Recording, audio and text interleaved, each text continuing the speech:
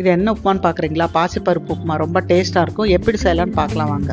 பாசிப்பருப்பு ஒரு கப்பு, உங்களுக்கு எவ்வளோ வேணுமோ அவ்வளோ தண்ணியில் நல்லா கழுவி ஒரு 3-4 ஹவர் நல்லா ஊற வச்சிடலாம்.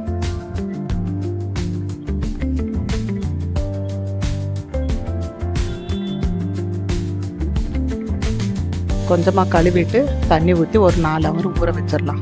மூடி வச்சிடலாம் வாங்க. இப்போ நல்லா ஊறிடுச்சு. இப்போ நல்லா கழுவுனோன்னா அந்த தோலெல்லாம் மேலே வந்துடும்.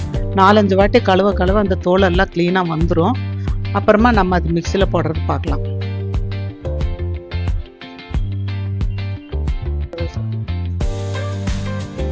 வாங்க, இப்போ நல்லா கழுவிட்டோம். தோலெல்லாம் க்ளீனாக வந்துருச்சு. இப்போ மிக்சியில் போட்டுக்கலாம். இந்த தோசை பதத்தில் அரைச்சிக்கலாம்.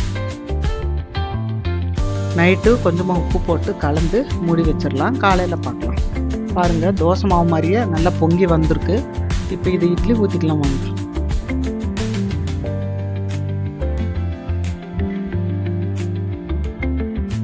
இப்போ நல்லா தண்ணி கொதிக்கிறப்ப தட்டு வச்சு மூடி வச்சிடலாம். இப்போ வெந்துருச்சு, வாங்க பார்க்கலாம்.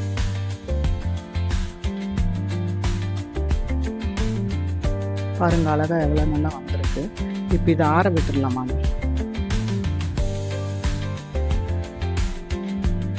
இப்போ நல்லா ஆறிடுச்சு. நல்லா இது பொடிப்பொடியாக பண்ணிக்கலாம். இப்போ பக்கத்தில் எண்ணெய் வச்சு தாளிச்சு வச்சிடலாம். கடலைப்பருப்பு, உளுந்து பருப்பு, கடுகு, பச்சை மிளகா, காஞ்ச மிளகா, வெங்காயம் எல்லாம் போட்டு நல்லா வேக வச்சிடலாம்.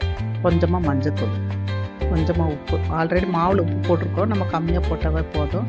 இப்போ நம்ம பொடிச்சு வச்சுருக்கிற பாசிப்பருப்பு உப்புமா தாளித்து விட்டுடலாம். அது நல்லா கலந்து விட்டுட்டு கொஞ்சம் தேங்காய், கொத்தமல்லி எல்லாம் போட்டு கலந்து விட்டுக்கலாம். அவ்வளோதாங்க, ரெடி ஆகிடுச்சு. ரொம்ப சத்தானது.